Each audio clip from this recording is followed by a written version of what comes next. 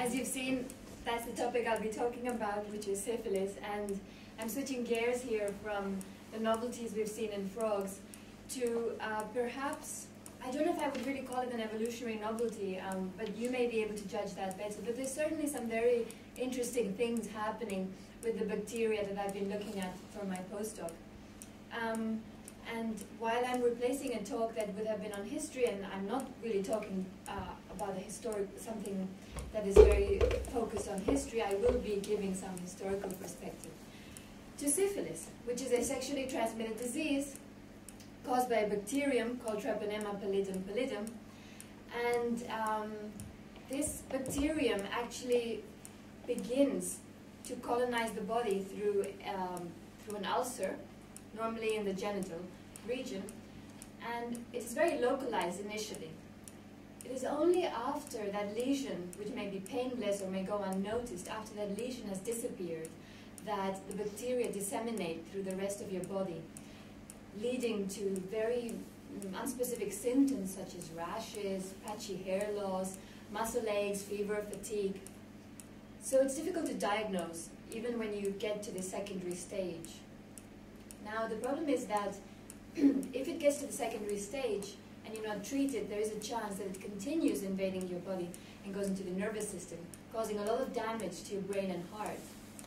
And in fact, it's one of the few bacteria that can cross the barrier from a mother to the unborn baby. So it's a very dangerous one, and it's a nasty bacterium. And you may think, well, yeah, but syphilis, it's actually something of the past, right? Something that may have existed in the Middle Ages or in Renaissance times. But that's not the case. It's very much present. It's here today.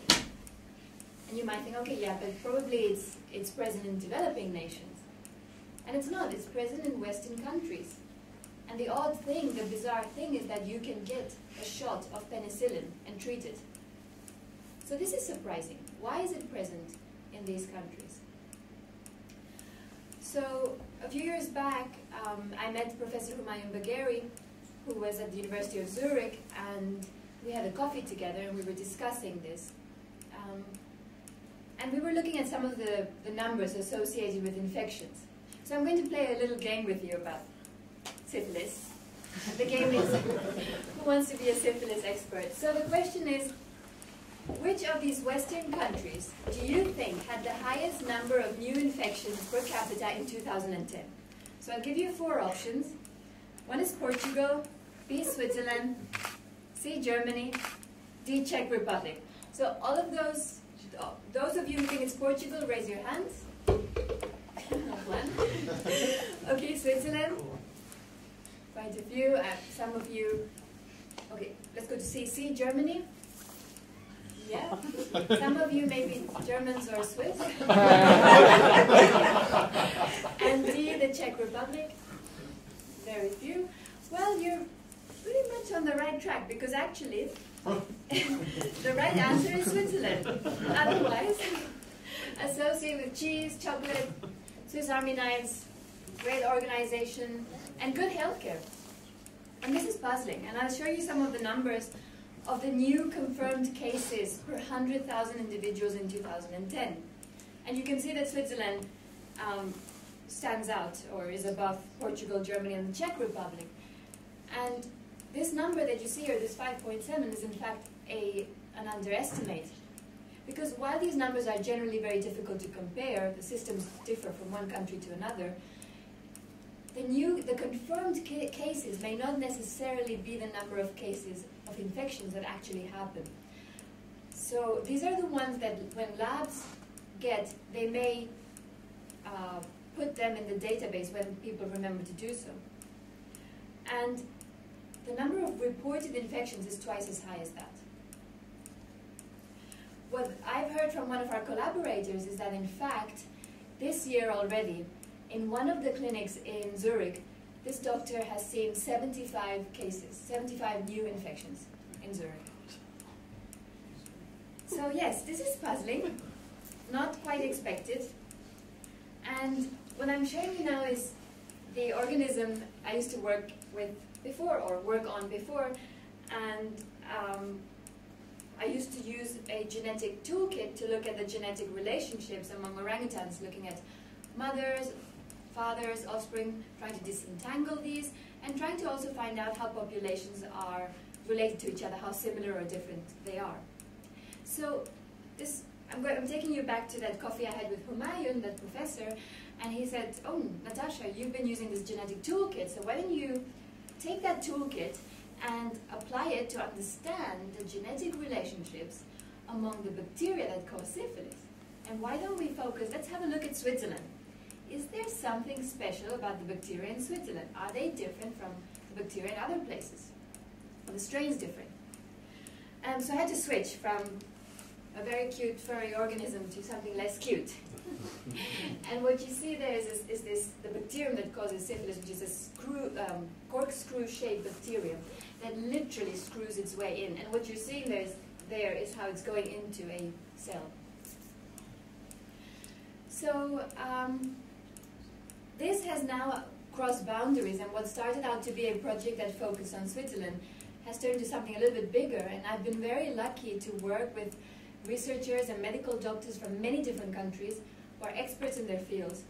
And we've been comparing the strains that we find in these different countries. But if there's something that has become quite clear to me and which still puzzles me, is this one thing, and it is that here is an old disease that is present, and it's treatable. So what we find is that old diseases, like old habits, die hard. And it's not just the case with syphilis, it's with other diseases. We'll be looking at other sexually transmitted diseases too, or I'll mention them later on. And to understand why this is the case, I think we need to look at three big questions. And these three are, well, the following. One is, what are the origins of a particular disease? As in, where does it come from? And was it a transmission event from animals to humans, as we think is the case for Ebola, for example, as we know is the case for HIV or influenza? Or was it a free-living organism that colonized or got transmitted into human populations? Where does it originate? Secondly, what kinds of behaviors of ours influence the spread of the infections? And finally, what about the cure? What about our medication? Does it work? Is it efficient? Will it be enough in the future? So let's start looking at the origins of syphilis. And this is a big mystery, something that's quite puzzling, because really people don't know where syphilis came from. When it became particularly famous, when people started talking a lot about it, was after 1493, when there was this big war, this battle in Naples, and the French army invaded Naples, together with soldiers from many different countries. There were lots of diseases brewing in Naples, and as the soldiers went back to their respective countries, they took these diseases with them. So here is this international movement where people are taking diseases around, and you end up with a large epidemic of syphilis. It was the HIV of its days. It was devastating. People were shocked. They were aghast at the symptoms, at the virulence of something like this. And of course, being sexually transmitted, which people realize very quickly, there's a lot of shame associated with it, right? Shame that you want to blame on someone else. So you blame it on the poor, on the depraved, and on the foreigners. And so what happened was, syphilis was not called syphilis back then. It had many different names, and the names depended very much on who you were blaming. So the Italians and the Germans blamed it on the French and called it the French pox. The French blamed it on the Italians, called it the Neapolitan disease. But the Germans were blamed by the Poles, and the Poles were blamed by the Russians, and the British, the Portuguese, and the Dutch blamed it on the Spanish. So if you want to understand international relations of the 16th century, just look at the name of a disease.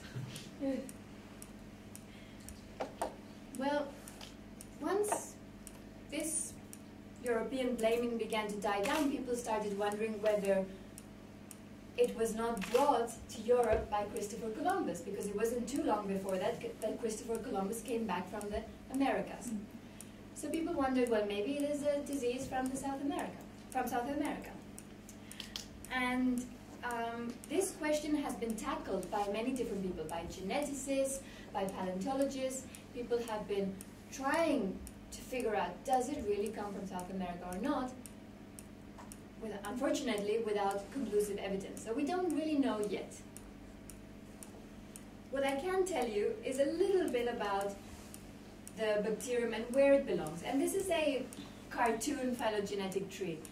So what I'm showing you here is the family of the Spirochaetes, or the taxonomic group of the Spirochaetes. And yaws, Begil, and syphilis are diseases, very similar, very closely related diseases, with lesions in your body, mainly dermatological lesions, that belong to this one particular cluster of treponemes, in a group of treponemes. And they are also closely related to bacteria that cause Lyme disease, Borrelia. So we know that these are related to each other, and we know that Spirochaetes are free-living organisms. So what we can say about syphilis is that at some point in the past, it was a free-living organism that managed to get into the human population and become pathogenic. Okay, so far so good, we know that much. And we also know that it's been present in human populations for a rather long time. What I forgot to show you actually is that sort of the tree before was my cartoon tree, and this is a tree a little bit more scientific, produced by my colleague in Texas. And here what you see in red are Borrelia, among which are some of the bacteria that cause Lyme disease. You see some of this other closely related bacteria in blue and in gray, and below that you see the treponemes. And the treponemes are a very diverse set of bacteria. Only at the very bottom, down here, you see syphilis, the bacterium that causes syphilis.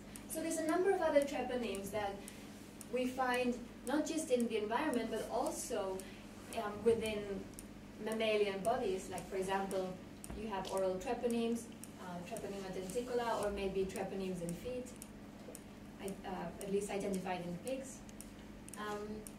And among these, not all of them are pathogenic. Okay, so I've told you that we know a little bit about the general context, the phylogenetic context, and that syphilis has been present in human populations at least for the last 500 years. So what about its spread and its transmission? What about our behaviors? Well, it's sexually transmitted, and the interesting thing is that this bacterium has managed to hitchhike on one behavior that is universal among us, and that is sexual reproduction. And if you think about it, if you and I are here today, it's because of sexual reproduction. So what a fantastic transmission pathway to hitchhike into and to use to achieve spread. And of course, it's also something that's associated, as I mentioned to you before, with shame, things that are very much taboo, stigmatized. Much of that behavior also happens in the dark. So, it's not surprising then that we had a large proportion of the population living and dying with syphilis before we had successful treatment, that is penicillin. And it's been estimated that up to 10% of the population in London had syphilis at some point in the past. So this is really crazy. But then, if this is the case, if syphilis has been around for so long, and then it's probably not just our behavior that influenced syphilis, but syphilis may have influenced our behavior. And then you have to think maybe of particular traits or characteristics of populations, like for example fashion. And what I'm showing you here is a portrait of Henry VIII with the attire of the day. This was fashionable back then. And I can already see that some of you, your eyes are wandering down to that bulky item in his private parts. You may be wondering what that is. Well, that's the codpiece. And yes, I've also wondered what Taylor came up with this idea. Well, it's been proposed that perhaps the codpiece was not as much a fashionable item, but a disguise. Because back then, people, when they had syphilis in their private parts, they were treated with bulky bandages and with leaking solutions. And if you turn it into a fashion statement, what better way to hide it? So syphilis may have affected fashion, and it may have also affected cuisine or gift giving. And what I'm showing you here are not plain Swiss chocolates, they are medicinal chocolates. Because at some point, around 300–400 years ago, the French came up with the idea to produce chocolates with mercury, which was used as a treatment for syphilis. And this was a way to save marital relations too, because husbands who had had adventures that they did not want to reveal to their wives could treat themselves and their wives without having to talk about those adventures. And since then I don't accept chocolates.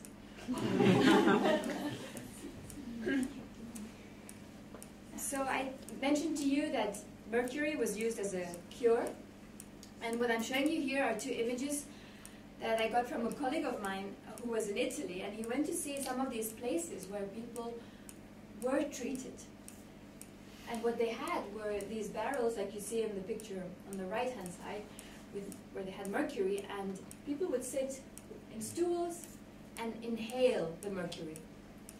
And often you died rather from the treatment than from the disease. Because mercury is highly poisonous. Luckily, we don't use mercury anymore. We have, as I mentioned to you, we have successful treatment. We have antibiotics. And since 1943, we use penicillin. And thanks to penicillin, we managed to bring down the levels of syphilis infections to the lowest that we knew, almost eliminating it, but not quite eradicating it. So syphilis stayed around. And this is a puzzle. This is a mystery. Because it seems as if the levels went down, and then, as with other sexually transmitted diseases, it is when we stopped worrying about them. It was when we stopped considering them threats. When other things became more threatening, like HIV, that syphilis managed to make its re-emergence, which is what we're seeing today in the Western world, as well as in developing countries. And what I want to show you is again a cartoon tree of our findings. And what we've seen is we've been collecting samples from 2012 and 2013, and those are the orange fruits in this cartoon tree. The orange ones, the samples that we have from recent times, are generally very similar to each other. It seems as if there's this wave of spread of one particular strain type. And now I'll show you the real tree that we have. So what you see here is a separation of the bacteria that cause syphilis. So those are the ones that are indicated or at least demarcated by the purple line, and the bacteria that cause the other two diseases I mentioned to you before. These are separated.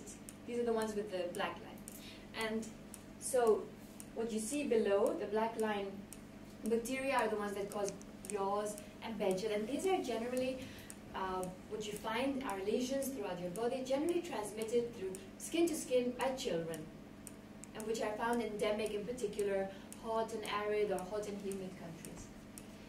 But the ones in purple are the ones that cause syphilis, and they're the ones that generally get transmitted through sexual behaviors, which we hardly ever see happen. I mean, we haven't seen this happen really from child to child or other ways that are not in the sexual context. And the samples that we have from 2012 and 2013 fall generally within that orange clade there. So most of them are up there, and you can see that the branches are really tiny and that we have a very, very tight clade. Except for one, which is also very bizarre, is the orange one that you see down here. It's a Dutch sample, and I don't know what else to say about it, but it's unusual in our tree.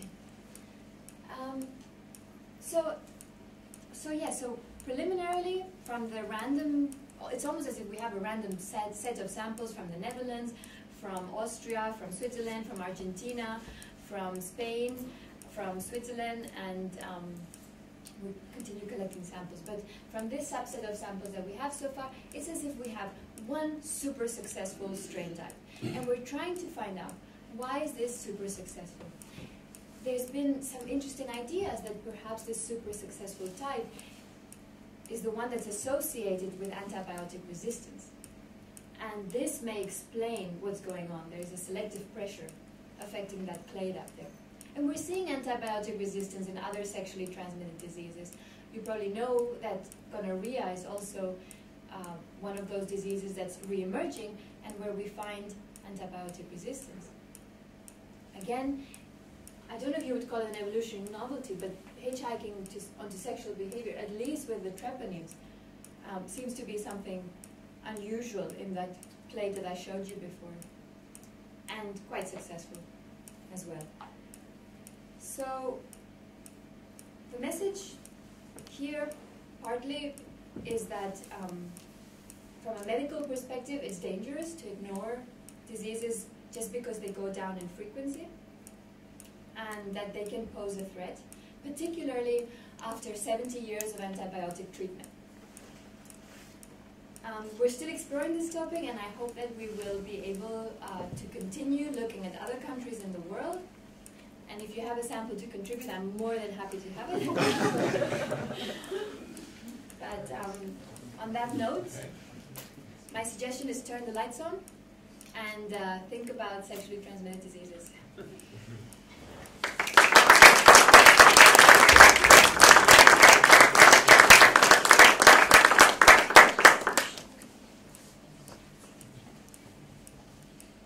To be honest, when we thought of this symposium with Naomi Beck, we didn't think that we would come to this interesting suggestion in one of the talks. But, so thank you very much indeed, Natasha. So are there any questions, comments? Karen has a question. Yeah, a lot of these diseases that start out really devastating and with high mortality, they tend to sort of become more benign over time. And of course, that's totally separate from the penicillin issue. That hasn't seemed to have happened with syphilis, or maybe it has, and if not, why didn't that happen? I think that's a super exciting point, and I've been talking to some of my collaborators who work on the aspects related to how neuroinvasive these bacteria are.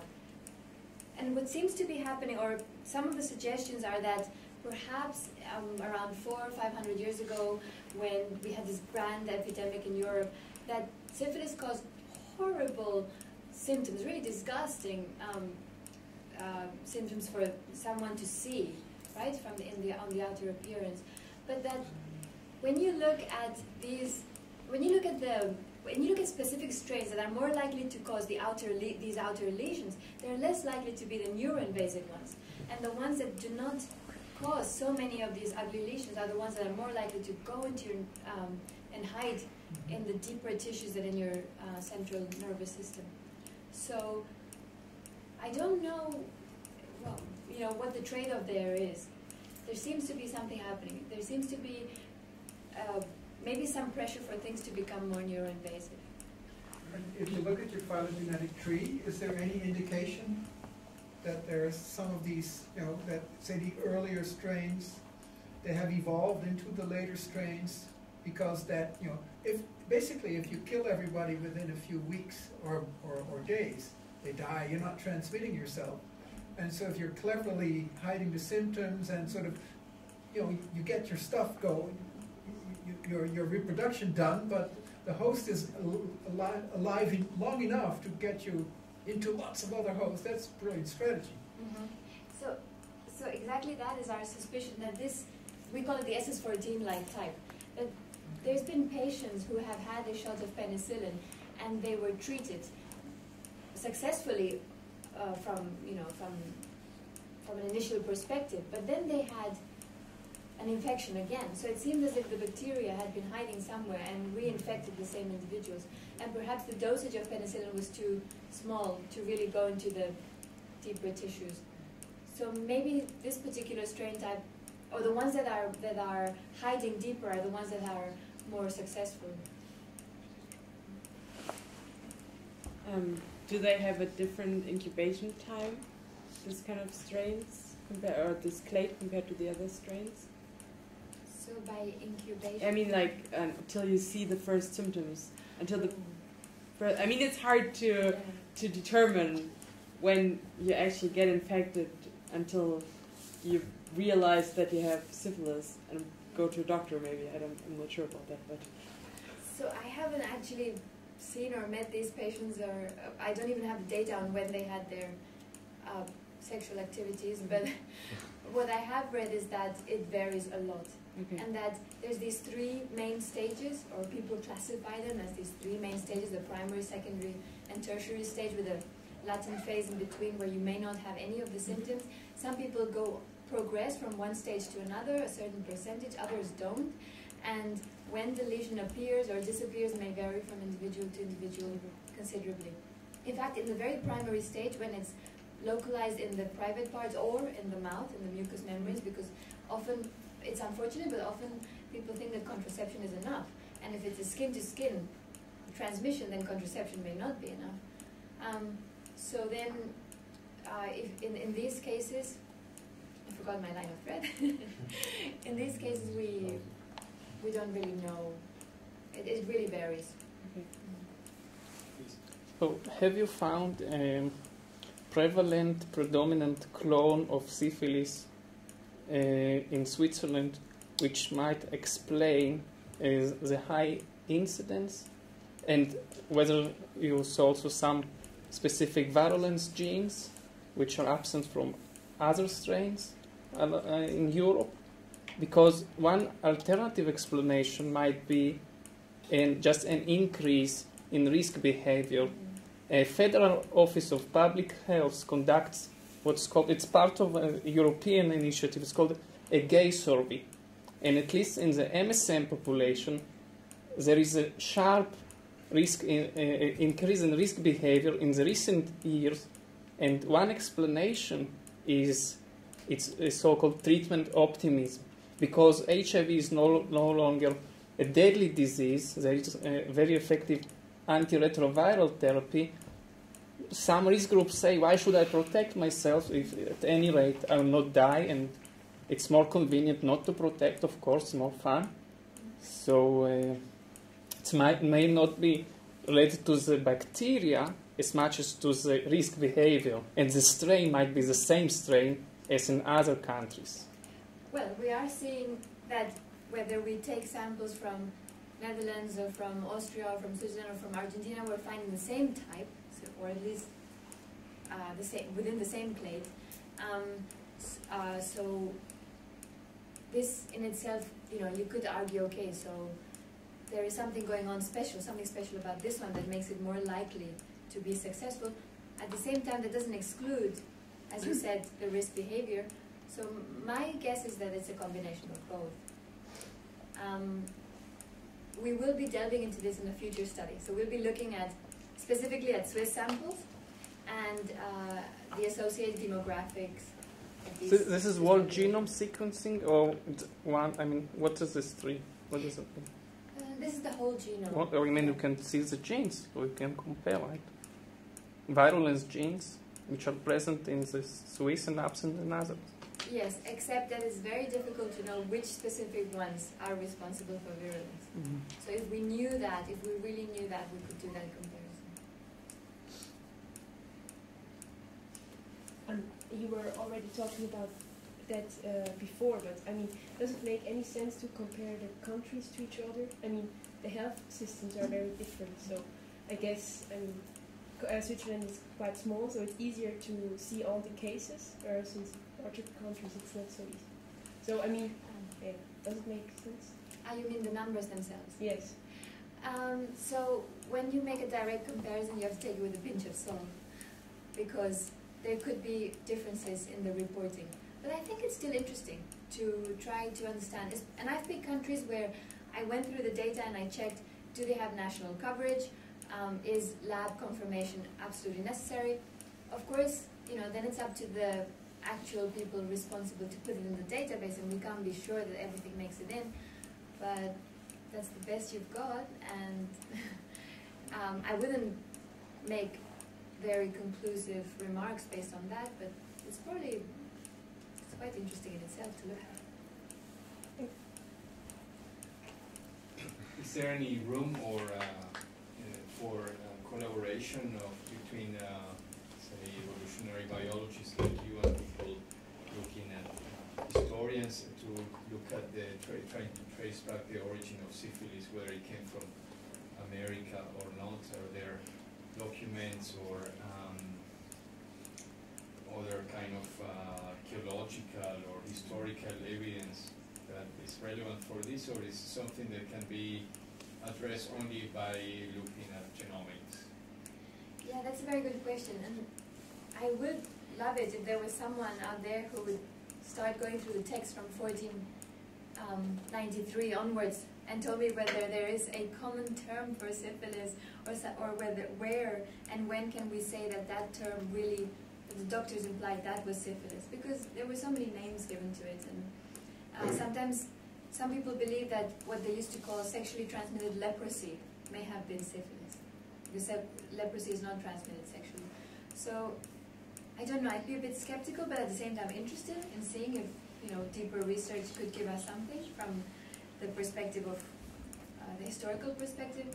But I honestly think that at the end of the day, it will be ancient DNA that will give us the best clues.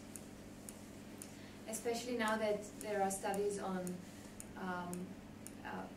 new studies on ancient syphilis bacteria in neonate skulls from South America. So, let's see.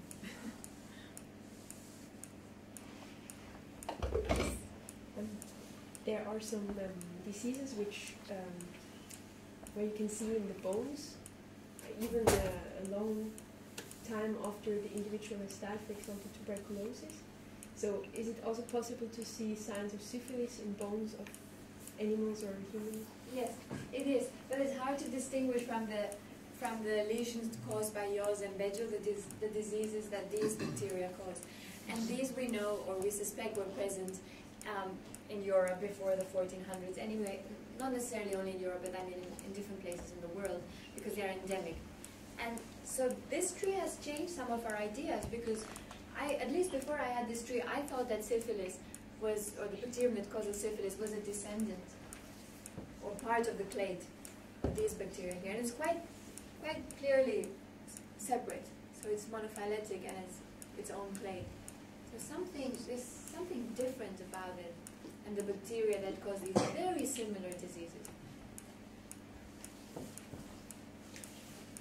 Sorry, on this topic, not knowing anything about bacteria, is there a way to estimate the time of that divergence between these two groups? We're going to try, and it's going to be a bit of a Mickey Mouse dating, but we'll give it a try. And the way we'll do it is by knowing the isolation dates of some of those, and also for some of the strains that we have that were isolated in 1912, and that were propagated in rabbits since that time. So by knowing the number of years that have elapsed and the number of mutations that we see, we can use that to have a mutation rate. Do you have a rough guess when that's going to be? No, not yet. Ballpark? I really don't know. A million years? I know. 1,000 years? I'm waiting to find out the exact number of years that has been propagated before I can do that. You just mentioned it was one of the only bacteria that can cross between mother and child. Is there a specific reason for that? What is it special about it? I wouldn't know what are the specific features of Treponema pallidum that allows it to do that, because these others are also corkscrew-shaped bacteria, but we've never heard of them crossing from moms to fetuses. So there may be some particular genes associated, and when we think of genes, these two, the purple and the black, are 99.8% identical. So the differences in them genetically have to lie in that 0.2%, or the expression of those. I'd love to know.